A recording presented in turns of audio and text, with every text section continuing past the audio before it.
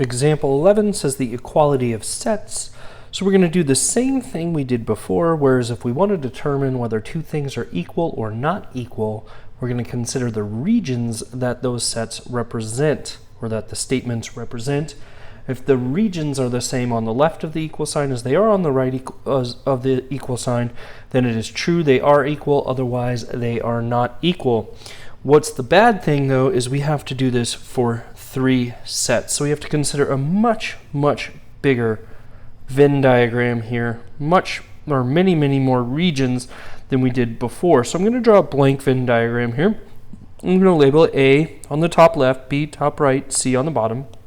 Start labeling the regions, 1 working my way out, so I have the 2 was straight up, 3, 4, 5, 6, 7, and then 8 working out just kind of in that spiral pattern. And I'm going to think about what regions do these represent. So the first one is A union, in parentheses, B intersection C.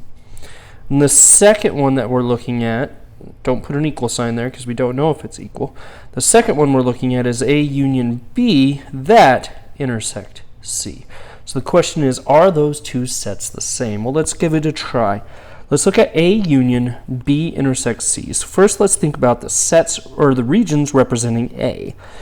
The regions representing A are 1, 2, 4, and 5. 1, 2, 4, and 5. So let me write those down. 1, 2, 4, and 5. Those are the regions representing A.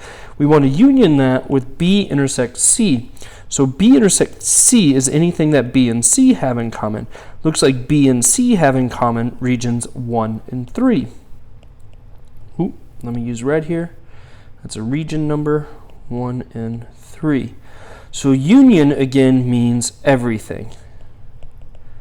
So if we put all those together, what regions do we have? We would have regions 3,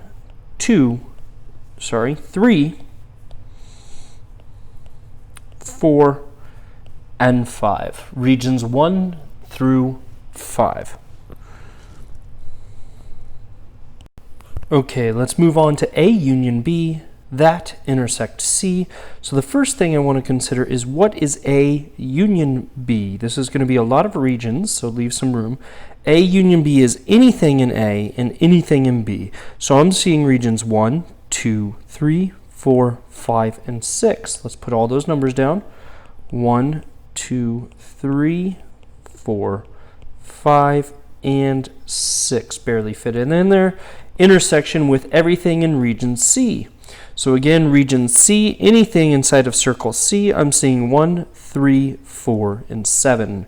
Regions 1, 3, 4, and 7. Okay.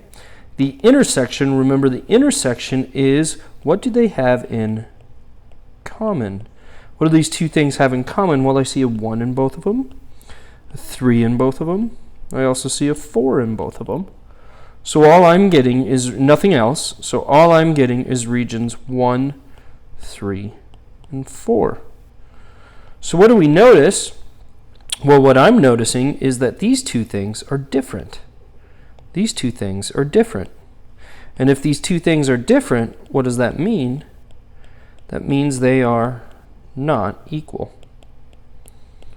So to be able to get credit on this in test, yes, you would write not equal. And for that, it's going to say, WebAssign, your digital homework is going to say, oh yeah, you got it correct 100%. But that's not what I'm looking for virtually at all. What I'm looking for is, did you find the regions of the first? So I need to see you have regions 1 through 5 there. Did you have the regions of the second one, which is regions 1, 3, and 4? Did you have those regions? If you had those regions, only then can you determine truly that they are not equal. So if you messed up one of these regions, you have messed up part of the problem in the fact that you messed up the region, right? The second thing is that you made a conclusion based on an error. So I actually would have to take off 2/3 of the credit just because you missed one of the regions. So be very, very careful with that. Let's do this again. Let's look at the next one. We have A intersect the quantity B union C. And we're questioning, is that equal to A intersect B union A intersect C. Okay, so how are we going to do this? I'm going to look at the picture I drew above. I'm not going to draw it again.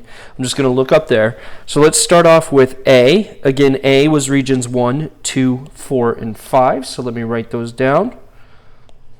1, 2, 4, and 5. That was A. And then we want that intersected with B union C. Anything in B or C. Anything in B or C. So that's regions 1, 2, 3, 4, 6, and 7. 1, 2, 3, 4, 6, and 7.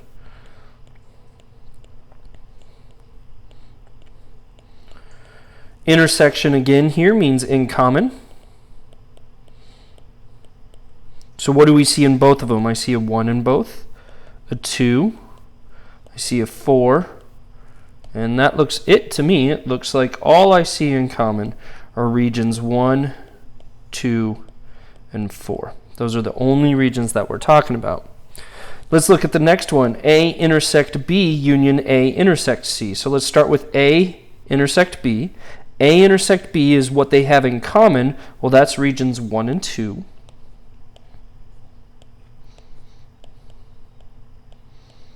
Union with A intersects C. So let's look what A and C have in common.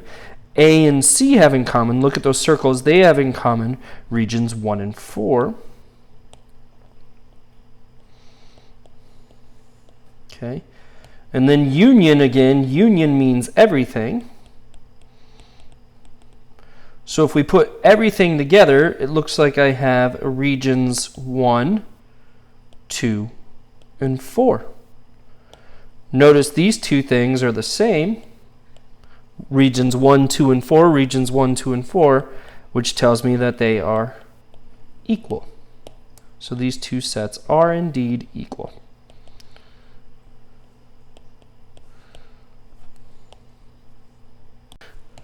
So down here it says, just like we have with addition is commutative, 2 plus 3 is the same thing as 3 plus 2. So are intersections and unions. You can swap the order, that doesn't matter. There are some associative properties as well. With intersections, it doesn't matter which one you intersect first. With unions, it doesn't matter which one you take the union of first.